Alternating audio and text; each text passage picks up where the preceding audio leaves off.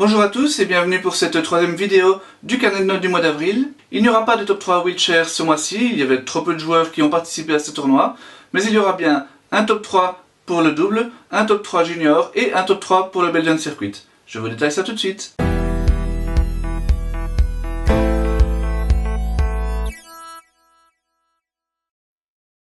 Il y a eu 5 titres remportés par des Belges ce mois-ci en double. C'est un tout petit peu moins que les mois précédents, mais à la quantité, ils ont préféré la qualité.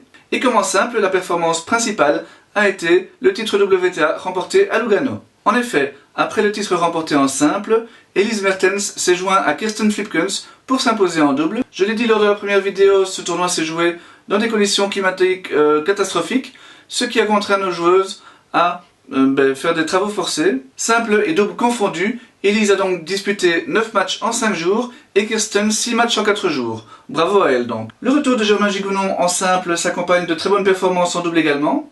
Au 25 000 $ de Porto, il a remporté son 3e titre dans la discipline et le 2e à ce niveau-là. Et il a poursuivi la semaine suivante à Cascais en atteignant une nouvelle fois la finale. Germain, qui a toujours apprécié de jouer en double, a atteint la 253e place il y a 3 ans. Enfin, Helen Scholzen complète ce podium. Elle aussi aime jouer en double, son très bon service la rend particulièrement efficace. En avril, elle a remporté le 7e titre de sa carrière dans cette discipline à Wiesbaden.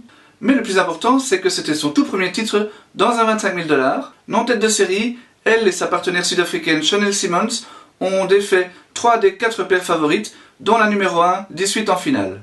3 autres Belges ont remporté des titres en 25 000 $.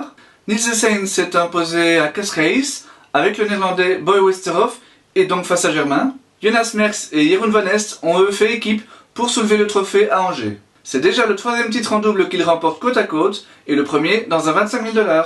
Enfin, une rubrique de double n'en serait pas vraiment une si l'on n'évoquait pas Sander Gillet et Joran Wiegen. Certes, ils n'ont pas connu leur réussite habituelle sur le circuit avec seulement une demi et un quart en Challenger, mais ils se sont vraiment montrés épatants lors de leur première et on n'espère pas dernière sélection en Coupe Davis.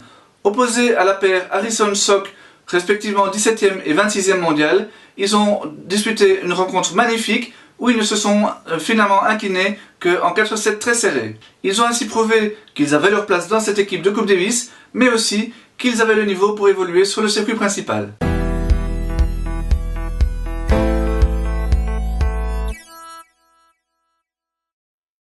Il y a un joueur qui n'en finit pas d'épater depuis le début de la saison, c'est Arnaud Bovy, notre numéro 1 junior. Après Tunis en février et Tashkent en mars, il a remporté son 3e grade 2 en 3 mois à Medias en Roumanie. Il s'est d'ailleurs baladé tout au long de la semaine et n'a pas perdu le moindre set. 2 semaines plus tôt, il avait atteint un quart de finale en simple et une finale en double au tournoi du Cap d'Aille qui est également un grade 2. S'il subsistait un tout petit doute quant à sa participation à Roland-Garros et à Wimbledon, ils sont désormais totalement balayés.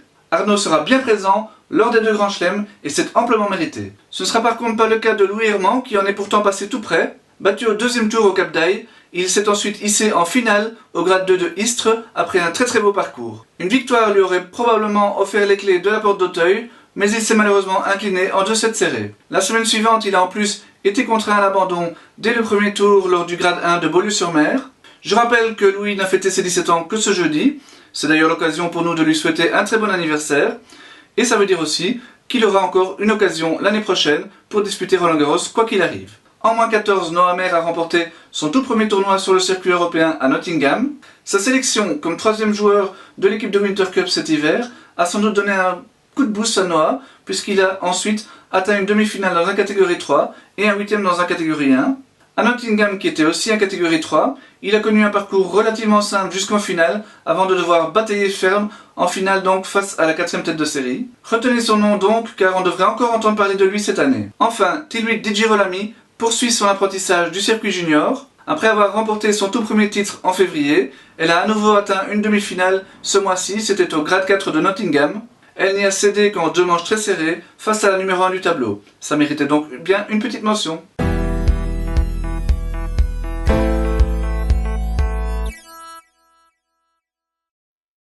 Longtemps premier du classement du Belgian Circuit 2017 avant de finalement terminer sur la 2e place du podium, Julien Dubail n'avait jusqu'ici disputé qu'un seul tournoi sur le circuit 2018.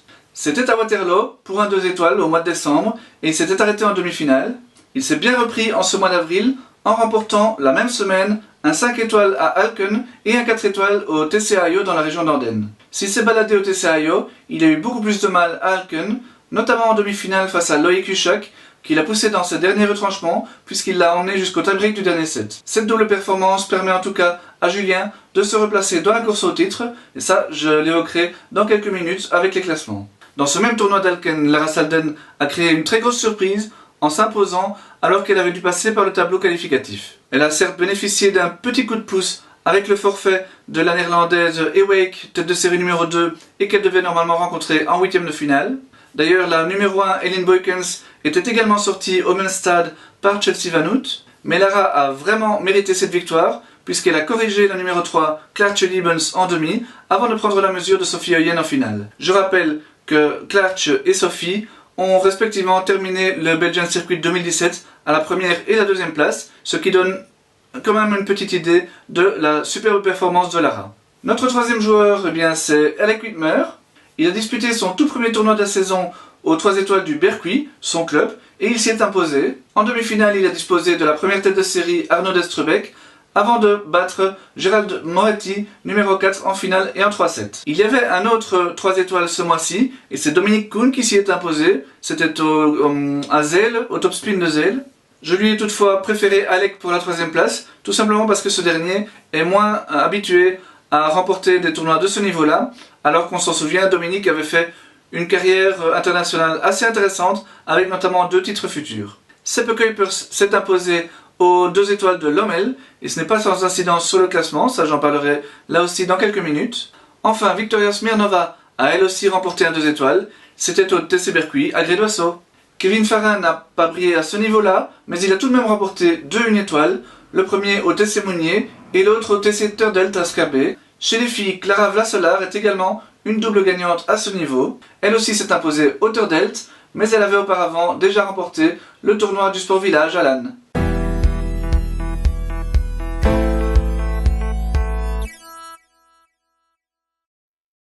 Au classement de double masculin, il y a très peu de changements, en tout cas dans le top 5, car en dessous ça bouge quand même pas mal, avec notamment la progression de Germain Gigounon qui se poursuit. Nils de Seyn profite également bien de sa victoire ce mois-ci, à Cascais.